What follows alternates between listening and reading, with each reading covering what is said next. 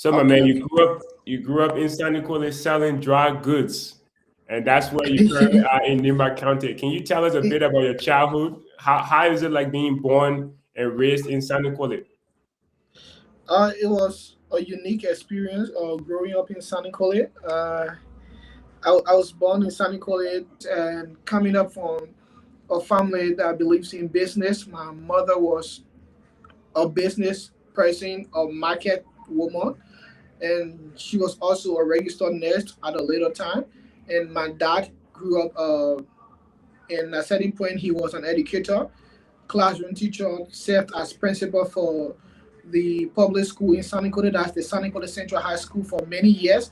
So it was a good experience growing up and trying to experience so many things, and always going in the market, trying to help my family from that side of selling. I used to go every morning, Saturday morning, go in the market with the wheelbarrow, try to get the goods from the warehouse, go those dry goods, those slippers and all the different clothes, put them on the table, and it was a good experience actually. It was nice. And also, after selling those things, after setting the goods up, and sometimes I used to sell. I certain point my elder sister would come and sell the goods, but when I get those things set up and my sister comes and take over, my friend and I used to go take the wheelbarrow, go and do our wheelbarrow ball hustle. At that time, it was just the mind of hustling. We used to go and get people goods and transfer to another destination and get a little money for ourselves. My parents wouldn't allow me to do those things back then. They didn't even know I was doing them. But when you have the mind for hustle, you go beyond and do those things. So I used to do them also. Right, that's awesome. And those are the traits that follow you into your adulthood and make I, you I, who I, you are believe, today. I believe so. I believe so. Those are things that helped me to get to where I am today. Tell us a little bit about who DJ Gus is, my man.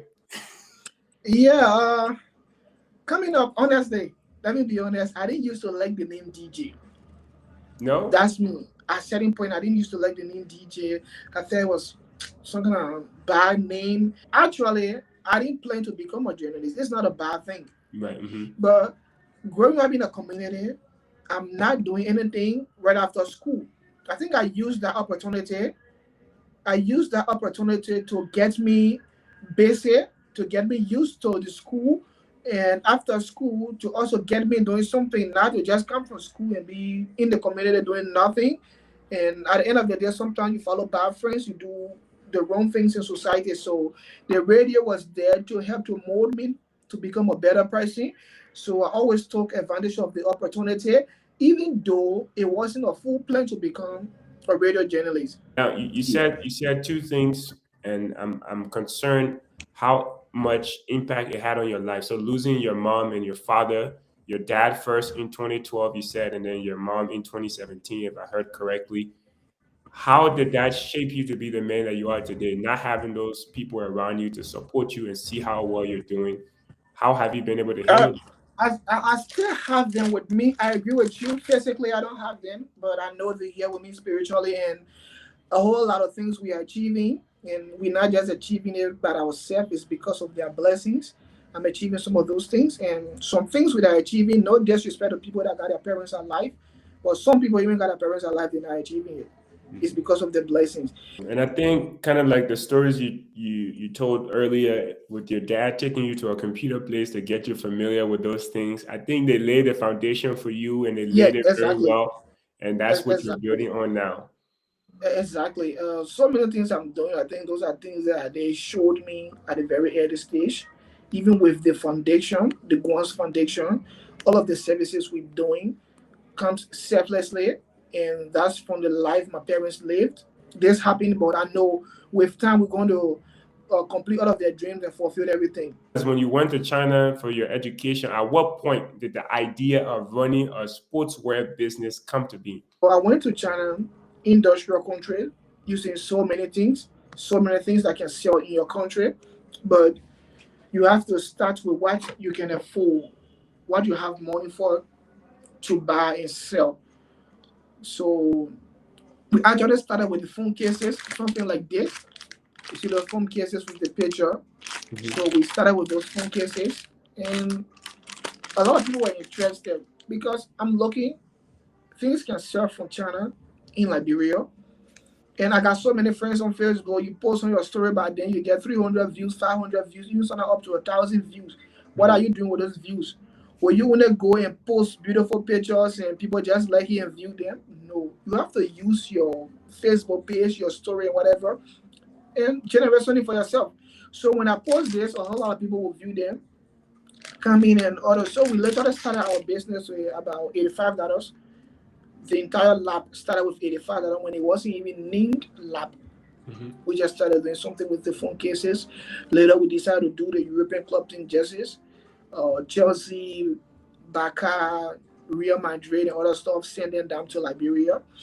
And we kept asking God for His direction. Everything we're doing today is God's direction that's keeping us and carrying us through. And we Mhm. keep doing step by step. Let's say, for example, I wanted to have my club team and I wanted Lab Sports to produce the jerseys. How does that negotiation work? How much are you guys? How often are you producing jerseys, and how much is it typically cost?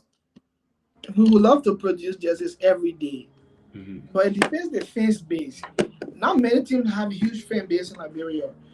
Only a few. In some of the top teams with the top names, they can even be able to sell 500 pieces of jerseys for a whole season. Hmm. Honestly speaking, that's some of the challenges we have. So all of the teams would love to have their jerseys for the players and the fan jerseys selling around. But the team hasn't been fully branded and received by the audience to be able to sell huge quantity. So there are so many challenges and there are so many different negotiations and deals we have with the clubs. Some clubs paid for them, their players' set of jerseys and the replicas for their fans, and they sell on their own. We negotiate based on the quantity and the price, whatever, we negotiate them. At the same time, there are some teams that, based on our relationship, we supply them the players' jerseys, sometimes pay some discount on it, and we handle the fans' jerseys and sell them. So we manage to do those things. Most of the time, you go for a whole season, you can even sell 500 pieces. Some teams can try. You see, Nimba Quadro is a very big team from Nimba County, and you know the support from Nimba, the Nimba support base. So Nimba Quadro sells over 1,000 pieces of fan jerseys every season. Wow. They sell their jerseys for themselves. I supply them at a reasonable price, and they sell for themselves. I just bought this right now. I'm supplying them, but I just bought this. How proud are you when you see people wearing the teams wearing your jersey and you see that Lab Sports on there, knowing that your company produced that? What sense of pride does that bring to you? Uh, it's a good feeling. It's been a good feeling since 2019. I know we've been doing so many things people embrace and they're proud of us. I'm grateful to God for those things. But with this sport brand, when we did the jerseys for Nimba County, that reception from the Nimbayans in Liberia, in the diaspora, like so many people in Canada, in the USA, been calling. And like I said, I came here because of the huge demand and I managed to bring those jerseys. When I came, so many people received the jerseys and they like it. So, who are other competitors? And there are a few other people, yeah. Some people come with brand. I see those brands. Sometimes you don't see anymore. And some people got their own brand. And some people just do it without brand. To the extent some people even do the lab again. Some people copy lab. And that's it. That's the business. So yeah, you just have to put your craft in the best way and engage the market the best way you can to see how you can, yeah, generate from your work. Man, that's crazy. Copying your own Liberia in Liberia, that's to sell it to Yeah, who? to sell it to Liberians, yeah. And that's what been happening. Yeah, many people take action, take action. That's what they say, but Do you get mad, or uh, do you, or is it like, oh, I'm honored that you even feel the need to copy my brand? What is the feeling like? yeah, some things I don't want to say on the media, but I will maybe say just touch it a bit. But I think they've been doing well too. They're seeing it in a way that they're copying that's wrong. They're infringing on the right. You can't do that. That's my intellectual property. But business wide, for certain reason, they've helped to sell us. We were selling, but they've helped to sell us, especially the local ones.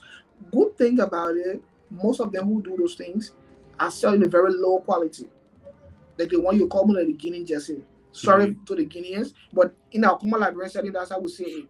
Mm-hmm. So they are helping to take the products to the local librarians who we can reach to for now Mm-hmm. based on the limited resources. A lot I can say actually, but it helped to push the brand also. They maintain the lab on it. The people who buy the real lab from us, they know what lab is. But other communities, other villages, you're helping to sell the brand. So it's not so unique, but the promotion you've given to lab, I think we accept it for now until we have until we are further strength rather to handle some other things and stop other things. Right. Yeah, but Makes it's been a makes promotion. makes sense.